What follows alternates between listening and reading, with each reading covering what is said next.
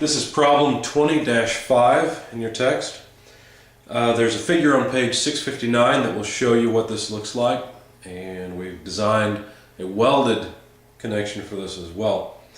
The load is the same. It's a 2,800 pound motor on the shelf, and it looks like there are two sides to the shelf. So we're assuming that half, or one side takes half the load, the other side takes the other half. Reading the problem statement for problems 1 through 6, design a bolted joint to join the two members shown in the appropriate figure. Specify the number of bolts, the pattern, the bolt grade, and the bolt size. So this is the problem we will work. So we want to find the number of bolts. We want to find the bolt grade, the size, and the pattern. And by the way, this is problem 20-5.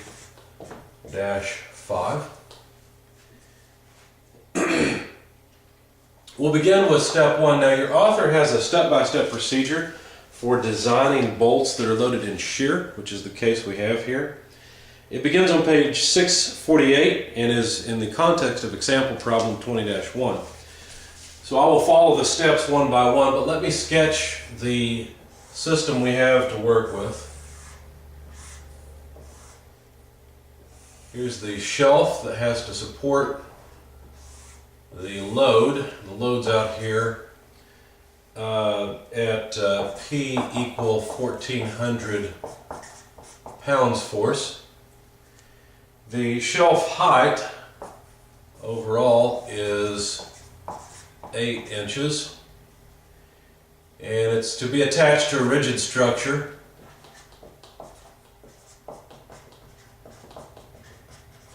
By bolts. Now it's up to me as the designer how many bolts I'll use. Obviously one will not do because there will be a moment load here. I can't simply attach the shelf to the rigid structure with a single bolt. It would just pivot about that bolt. So I'm going to choose as a designer to apply 4 bolts to connect these two pieces or these two members together in a regular pattern with the centroid at the middle of the joint section. Now the width of the structure is 10 inches, and so the center of my pattern will be 5 inches, and the height of the shelf is 4 inches, so once again the center of my bolt pattern will be 4 inches from the top or from the bottom of the shelf. Now by choice as the designer, I am going to make the distance between the bolts in the horizontal direction 8 inches.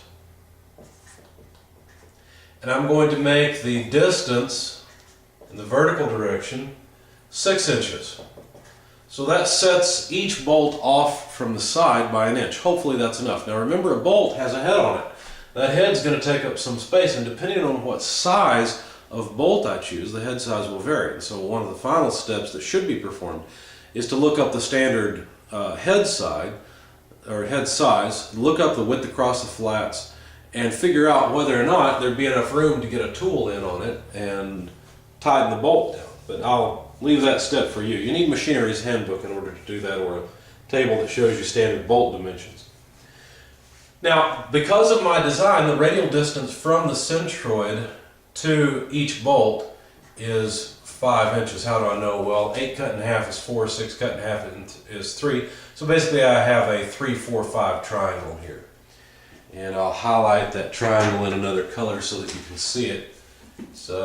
In fact, I'll draw it over here so that you can see it. It exists with each of the bolts. Let's try a different color than that one. So 5 inches is here, 3 inches is here, 4 inches is here, and it's just a 3, 4, 5 triangle. Okay, let's see, anything else? I think that's it. So I'm going to specify 4 bolts in this pattern as shown. So steps 2 and 3 in your author's sequence are essentially to calculate the reaction loads, both the direct shear and the moment loads. And in this case, the shelf free body diagram is just as it is in the weld version of the problem. Since there's a load out here of 1,400 pound force, then there will be a shear load on the bolts or excuse me, there has to be a load on the shelf, a shear load from the bolts onto the shelf, and there also has to be a torque applied to the shelf by the bolts. To calculate the magnitudes of the shear and the torque, it's pretty straightforward. Basically just summing forces in the y direction. We know those forces must sum to 0.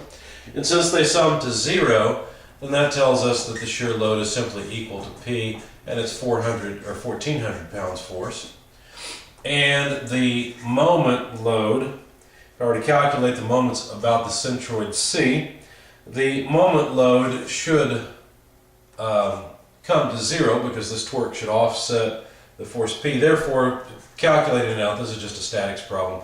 The torque applied has to be equal to 13 inches. Where did that come from? Well, the distance here is 5 inches, and then the distance out to the load is an additional 8 inches, despite the lack of scale in my drawing. So 5 and 8 are 13 inches. Anyway, multiply that by 1400 pounds force, and you find then that the torque, or the moment load, is 18,200 inch-pounds force. So far this is just statics, and if you've already watched the video on the weld problem, you know that this load is exactly the same. So now we're going to use bolts to support those two loads rather than welds. Okay.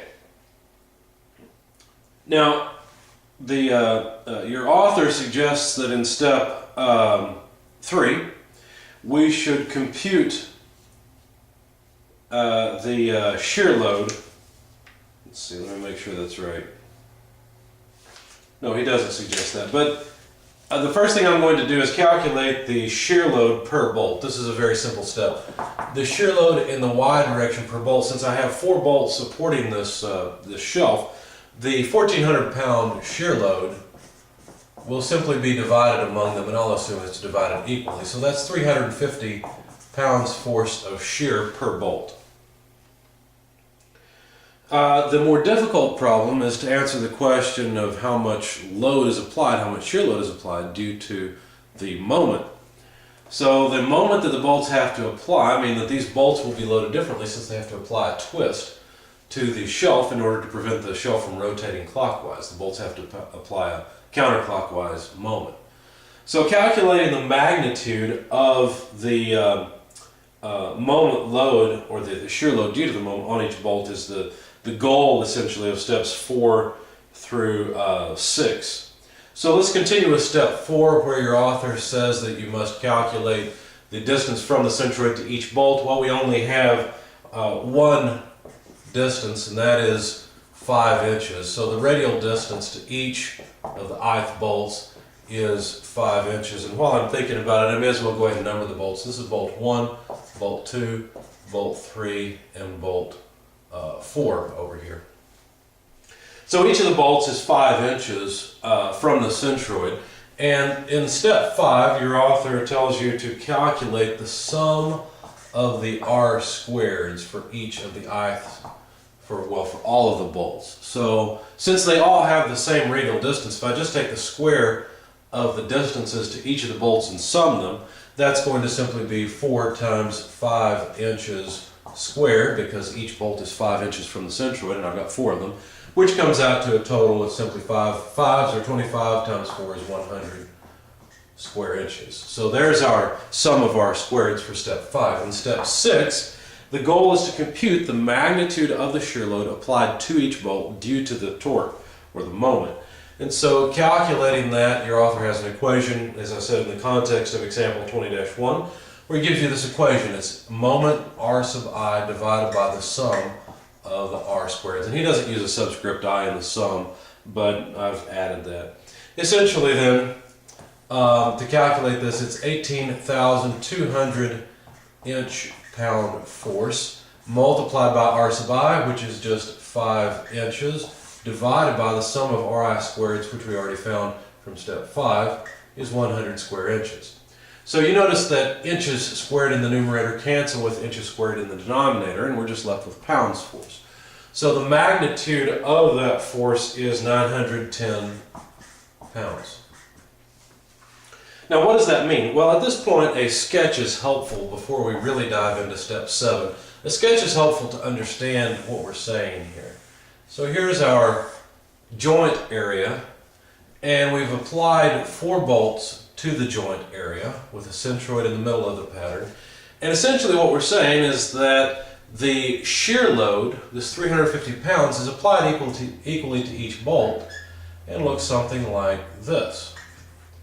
So here's the shear load that's applied to each of the bolts, and I'll call that F sub SY. And it's 350 pounds, it's the same for all 4. Now, the torque load applied to the bolts is going to act in a clockwise direction because the bolts have to apply the opposite. So the way you figure out the direction is you just drop a perpendicular from the centroid, you just drop a line from the centroid to the bolt and then draw a perpendicular line indicating the direction of the shear force due to the moment. And I used F sub I actually to be consistent with the book. So there's F sub I, the shear force due to the moment. Do the same thing for each of the bolts, and you can see that the shear force due to the moment load acts in essentially a clockwise pattern. So our last one, let's see, drop a line and then a perpendicular, and there's our shear force. Now on bolts 1 and 4, may as well label them, notice that the shear force, the direct shear and the shear due to the moment, cancel each other somewhat because they've got components in opposite directions. But bolts 2 and 3 have loads that add, and they will add the same way and in the same amount. Therefore, we could call bolt 2 or bolt 3 critical, because these 2 bolts will have the largest shear loads. So our goal is to simply size each of these, and we'll apply the same size to 1 and 4, and we'll know that they are safe because their loading is lower. Okay, so in step 7, your author says to calculate the reactions on the critical bolt or bolts. And so I'm going to go with bolt 2 as being the critical one. And all I really have to do is add the y components of the 2 vectors, square, and then add the x components of the 2 vectors and square. Fortunately, the direct shear has no x components, so that'll make my life a little easier. So what I need is F sub I in the x direction. It's the only vector here that has a component along the x-axis. Square that.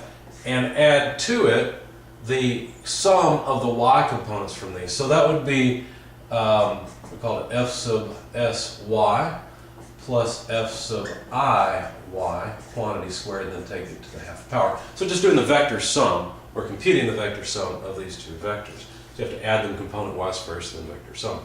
Now I don't know F sub IX and F sub IY yet, but I do know, once again, that I've got a 3, 4, 5 triangle. So I should be able to calculate the components F sub IY and F sub IX fairly easily. And you'll notice that the y component is the larger component, so I'm just going to cheat and kind of hit fast forward here in a way, because I know that it's got to be either 4/5 or 3/5 for the x and y components. So the y component's the larger one, so 4/5 of F sub I, which F sub I is 910. So if you take 4/5 of 910, I'll go ahead and write it out. 4/5 of 910 pound force. Then what you get is 728 pounds force. So there's F sub IY. F sub IX would be 3/5 of F sub I, and so that's 3/5 of 910 pound force. So that comes out to 546 pounds force. Now I can perform the vector sum, and when you do that, just plug in the numbers.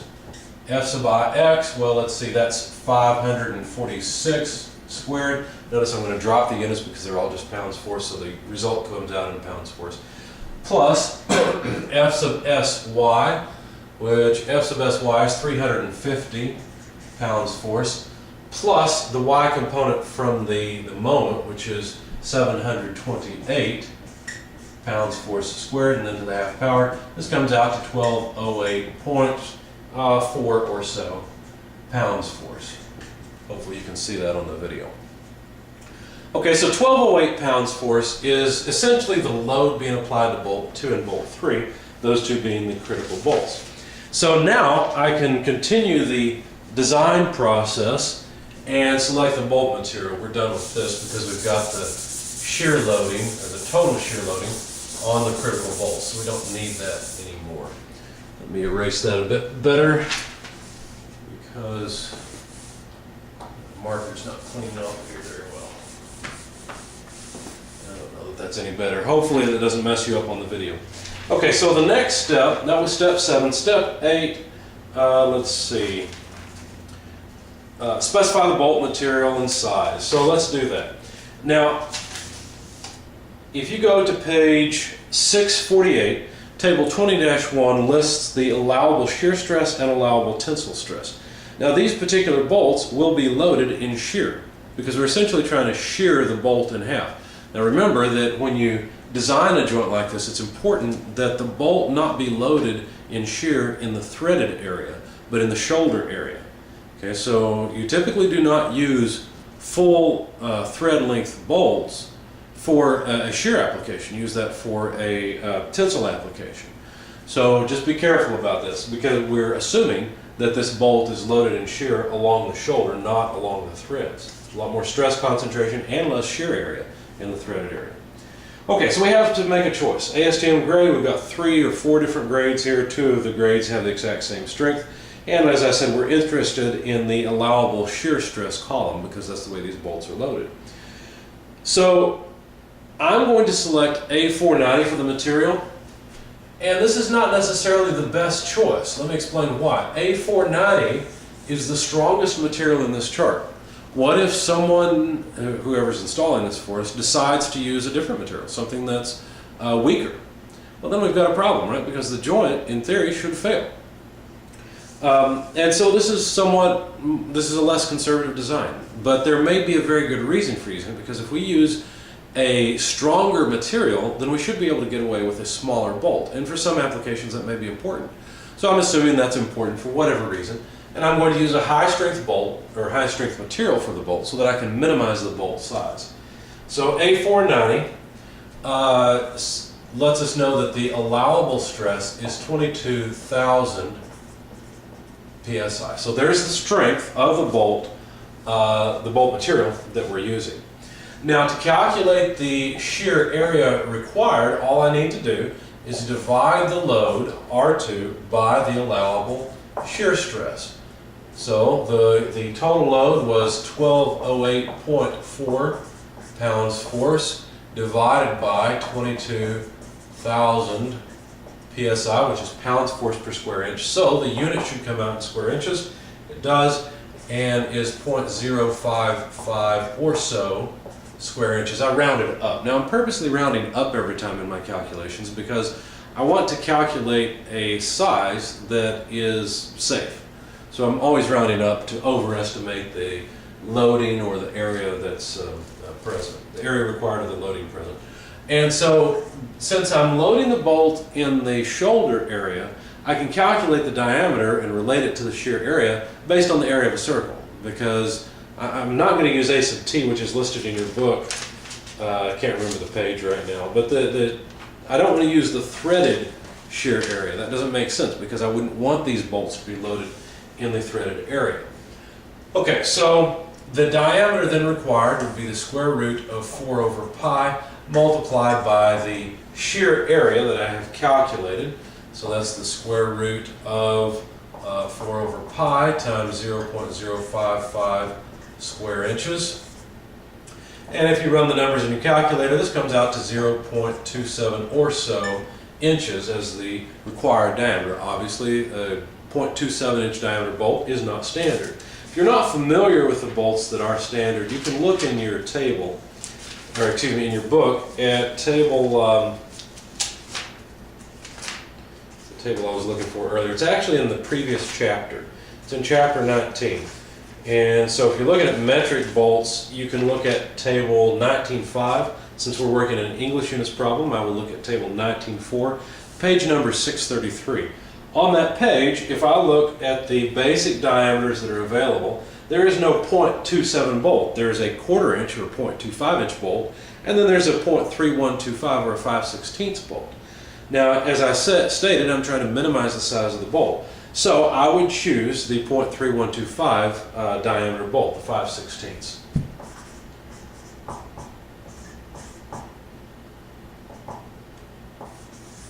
So I have specified the bolt. It's a 5/16 diameter bolt in a pattern of 4 bolts,